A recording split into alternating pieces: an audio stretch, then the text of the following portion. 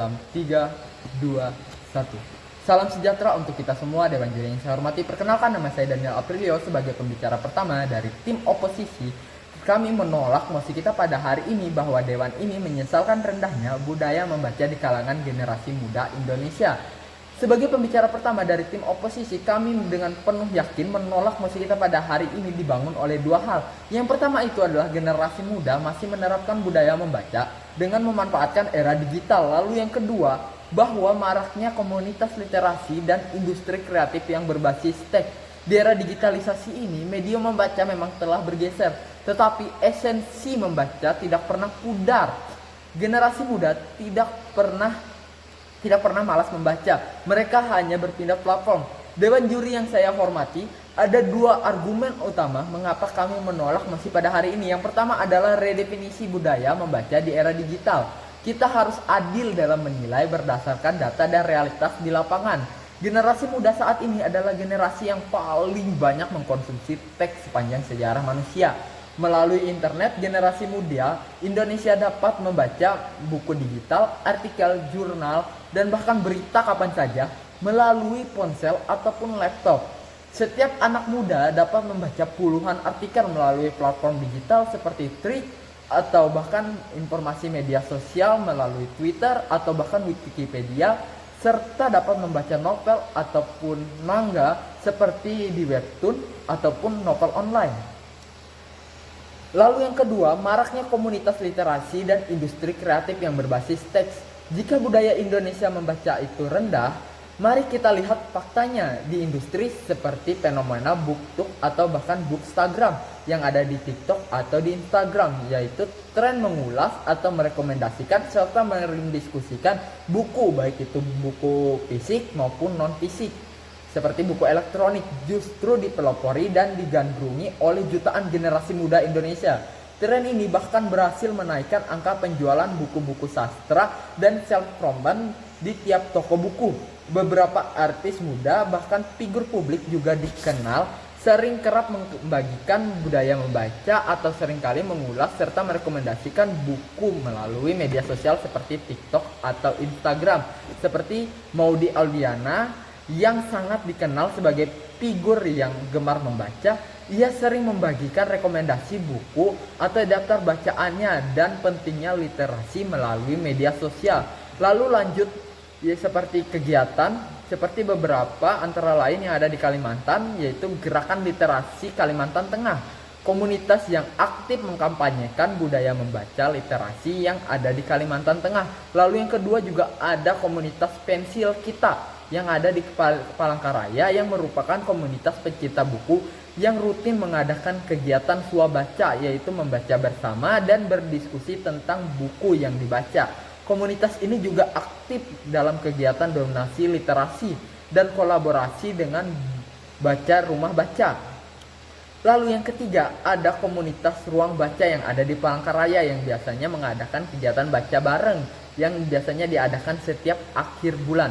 Dewan juri yang terhormat, budaya membaca di generasi muda Indonesia ini tidak menurun, melainkan di era digital ini minat lebih banyak membaca melalui digital seperti electronic book, artikel, bahkan daring melalui platform literasi, serta ulasan rekomendasi media sosial di TikTok atau Instagram. Kemudahan akses terhadap berbagai sumber bacaan ini justru membawa semakin membawa banyak minat orang dalam membaca. Karena dari itu kami sangat menolak mosi pada hari ini. Sekian, terima kasih. Terima kasih atas waktu dan kesempatan yang telah diberikan kepada saya, Fordelin Septriani DC, sebagai pembicara kedua dari tim oposisi. Dewan juri yang terhormat, melanjutkan argumen dari pembicara pertama kami, Daniel Aprilio, kami tegaskan bahwa kami menolak mosi kita hari ini. Untuk membidas lebih lanjut, tim pro berpikir bahwa generasi muda tidak terlihat tekun dalam membaca karena tidak berbondong-bondong ke perpustakaan atau membaca buku fisik. Hari ini saya sebagai pembicara kedua akan membuktikan bahwa tuduhan tersebut salah total. Melalui lensa realita objektif, dari daerah bukan sekedar statistik abstrak atau atas kertas. Anggapan bahwa literasi membaca generasi muda menurun seringkali muncul karena kita menggunakan kacamata lama untuk menilai fenomena baru. Jika literasi hanya diukur dari jumlah buku fisik yang dipinjam di perpustakaan atau jumlah novel yang dihatamkan, mungkin angkanya terlihat turun. Namun, jika kita melihat dari esensi dan literasi itu sendiri, yaitu kemampuan menyerap, mengelola, dan menggunakan informasi, kenyataan justru berbeda. Berikut adalah argumen kuat yang membuktikan bahwa literasi membaca tidak benar-benar menurun, melainkan sedang bertransformasi. Yang pertama, demokrasi akses membaca melalui digitalisasi di daerah, khususnya Kabupaten Gunung Mas. Tim pemerintah seringkali menyamakan rendahnya budaya membaca dengan kurangnya kunjungan ke perpustakaan daerah secara fisik. Ini adalah cara pandang yang keliru. Di Kabupaten Gunung Mas, tentang geografi dan distribusi buku fisik memang ada. Namun, apakah hal itu menghentikan generasi muda untuk membaca? Sama sekali tidak. Generasi muda di Kalimantan Tengah, khususnya Gunung Mas, termasuk para pelajarnya, saat ini memanfaatkan gawai mereka untuk mengakses platform literasi digital seperti e-Kalimantan Tengah atau aplikasi perpustakaan digital nasional atau IPUSNA. Mereka membaca e-book, artikel ilmiah untuk tugas sekolah, hingga berita lokal dan nasional langsung dari genggaman tangan. Budaya membaca itu tetap hidup, justru menjadi lebih mandiri karena mereka tidak lagi bergantung kepada ketersediaan buku secara fisik di rak perpustakaan konvensional yang seringkali belum diperbaharui. Pergeseran dari membaca buku ke membaca informasi. Budaya membaca tidak hanya dinilai dari aktivitas pasif, duduk diam memegang buku fisik. Budaya membaca yang sejati adalah ketika teks yang dibaca mampu diubah menjadi pemikiran kritis dan aksi nyata. Mari kita lihat apa yang terjadi pada pelajar di SMA Negeri 1 Tewah. Jika kita melihat aktivitas pelajar di SMA Negeri 1 Tewah, para pelajar aktif membaca jurnal, panduan digital, dan materi lingkungan hidup untuk mendukung proyek-proyek sekolah mereka, seperti proyek penguatan profil pelajar Pancasila atau P5, yang berfokus pada kearifan lokal atau kewirausahaan daerah. Dengan berliterasi, siswa mampu memanfaatkan sumber daya alam menjadi pakaian adat dari upak nyamuk. Dan dengan literasi, siswa SMA 1 Tewah mampu berwirausaha dengan memanfaatkan pelajaran P5 untuk mengatasi tentang problem kemandirian mereka. Para pelajar di SMA Negeri 1 Tewah aktif mencari, membaca, dan membedah materi dari internet untuk mempersiapkan diri di ajang-ajang seperti debat, cerdas cermat, atau lomba karya tulis. Mereka membaca dengan tujuan mencari data tentang potensi daerah, reguler hingga isu sosial. Yang ketiga, kemampuan literasi fungsional yang meningkat. Literasi bukan hanya soal membaca sastra, tapi soal fungsi. Generasi muda saat ini memiliki literasi fungsional yang sangat tajam. Mereka mampu memilih informasi di tengah gempuran hoaks dan berita palsu. Mereka terbiasa melakukan riset cepat, membandingkan berbagai sumber, dan melakukan fact check-in secara mandiri. Kemampuan untuk navigasi larutan informasi digital ini adalah bentuk literasi tingkat tinggi yang tidak dimiliki oleh generasi sebelumnya. Dewan juri yang terhormat, apakah adil menyebut mereka budaya membaca yang rendah hanya karena tidak membaca novel tebal setiap minggu? Tentu tidak.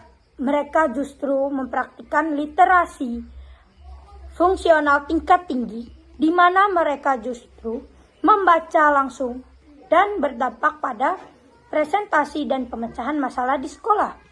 Dewan juri yang terhormat, jika di wilayah kabupaten seperti Gunung Mas dan sekolah di SMA Negeri 1 Taiwan saja, para pelajarnya mampu beradaptasi, mencari alternatif bacaan digital, dan menerapkan hasil bacaan mereka ke dalam ruang-ruang fungsional, maka runtuhlah argumen tim pro atau tim pemerintah. Rendahnya budaya membaca hanyalah ilusi optik yang diciptakan oleh alat ukur yang kadaluarsa. Faktanya, literasi generasi muda di daerah justru bergerak ke arah yang lebih praktis, digital, dan berguna.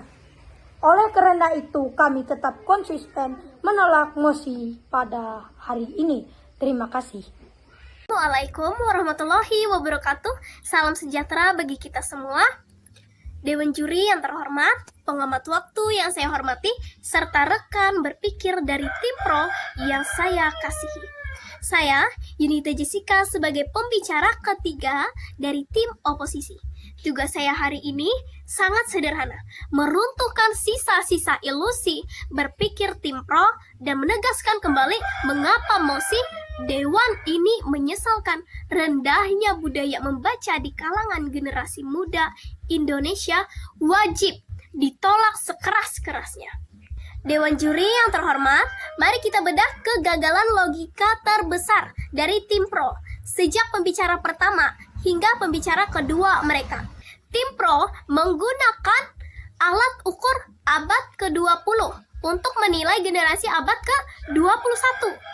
Pertama, mereka mengasumsikan bahwa esensi membaca baru terpenuhi jika ada tumpukan buku fisik atau jika perpustakaan konvensional penuh sesak.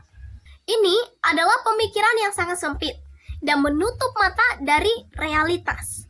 Kedua, tim pro menyesalkan kondisi ini seolah-olah generasi muda mengalami kemunduran berpikir. Padahal yang terjadi bukanlah penurunan kuantitas membaca, melainkan transformasi medium. Tim pro gagal membedakan antara berkurangnya konsumsi buku fisik dengan berkurangnya minat baca. Dua hal ini sangat berbeda. Mari kita bawa Dewan juri kembali ke fakta lapangan yang telah dibuktikan oleh tim kami, tim oposisi. Pertama, sebagaimana yang telah dipaparkan oleh pembicara pertama kami, Daniel Aprilio, anak muda hari ini adalah generasi yang paling banyak mengonsumsi teks dalam sejarah peradaban manusia. Di SMA Negeri 1 Tewah, beberapa siswa dalam kesempatan luang terlihat siswa-siswi sibuk melihat smartphone karena membaca komik, novel, artikel yang mereka sukai dari berbagai aplikasi. Diperkuat ketika membahas berita aktual. Siswa-siswi tidak ketinggalan informasi. Hal itu karena generasi muda di SMA Negeri 1 Tewah masih membaca dan berliterasi. Literasi tersebut tidak mundur tetapi hanya berpindah platform. Melalui smartphone, mereka membaca artikel, jurnal, utas, edukatif di Twitter, hingga platform kreatif seperti Wattpad. Ini bahkan diperkuat secara organik melalui tren digital seperti BookTok dan Bookstagram oleh figur muda seperti Maudy Ayunda dan Iqbal Ramadan.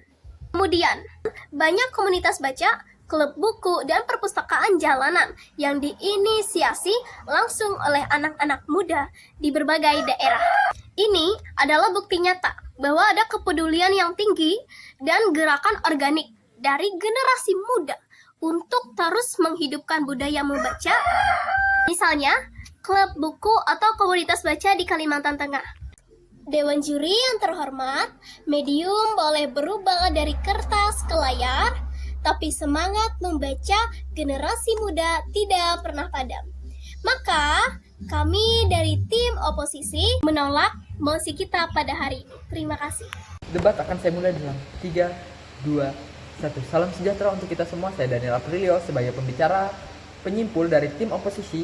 Untuk sekarang mari kita letakkan semua hasil perdebatan kita hari ini ke dalam satu meja konferensi yang jernih. Kita akan dapat melihat dua dunia yang berbeda yang ditawarkan hari ini, membawa kita ke dunia masa lalu, dunia yang penuh dengan penyesalan, sempit dan pesimis yang mengukur literasi hanya dari fisik sebuah buku. Mungkin bagi mereka jika perpustakaan sepi dan anak muda memegang gawai, maka literasi telah mati. Ini adalah kegagalan sistemik dalam memahami perkembangan zaman. Namun di sisi lain, kami sebagai tim oposisi juga membawa dewan juri ke masa depan, dunia yang penuh dengan solusi adaptif dan optimis. Kami telah membuktikan melalui pembicara pertama, kedua, dan ketiga, dan kami juga menyampaikan fakta bahwa gawai di tangan pelajar bukan lagi sekedar alat hiburan semata, melainkan gerbang untuk menuju informasi melalui Ipusnas dan Kalimantan Tengah. Kami juga membuktikan bahwa literasi anak muda hari ini adalah literasi fungsional, di mana membaca untuk beraksi. Alasan kuat juga mengapa kami dapat memenangkan perdebatan hari ini. Yang pertama, kami juga membawa solusi dan relevan. Tim pro mungkin hanya menyesali masalah tanpa memahami akar akomodasi digitalnya. Sementara tim kami, tim oposisi, mendefinisikan literasi secara koherensif sesuai dengan tuntutan abad ke-21. Oleh karena itu, Dewan Juri yang terhormat, izinkan kami menutup mosi pada hari ini tidak dengan penyesalan, melainkan dengan sebuah harapan, seruan yang besar kepada seluruh generasi muda Indonesia, khususnya rekan-rekan pelajar di Kalimantan Tengah, Bumi Tambun Bungai. Mari kita tunjukkan kepada dunia dan pertahankan terus dan rawat budaya membaca ini. Jangan pernah merasa kecil hati hanya karena kita jarang terlihat menggunakan buku yang tebal yang ada di perpustakaan konvensional. Selama kita memegang gawai menggunakan tangan, maka gunakanlah untuk memilah informasi. Dan selama jari-jemari kita bergerak, gunakanlah untuk mencari jurnal-jurnal ilmiah. Dan selama pikiran kita kritis, maka kita harus menolak informasi palsu atau hoax. Kita adalah generasi muda Indonesia, di mana kita adalah penggerak literasi masa depan, yang dimana kita harus terus membaca dan terus berliterasi dengan cara yang merdeka, inklusif dan modern. Karena dari ketajaman literasi, pelajarilah, karena kejayaan Indonesia emas akan ada di tangan kita. Dengan segala pembuktian materi yang utuh dan logis dan kontekstual, kami dari tim oposisi menolak mosi kita pada hari ini bahwa dewan ini menyesalkan rendahnya budaya membaca di kalangan generasi muda Indonesia. Sekian, terima kasih.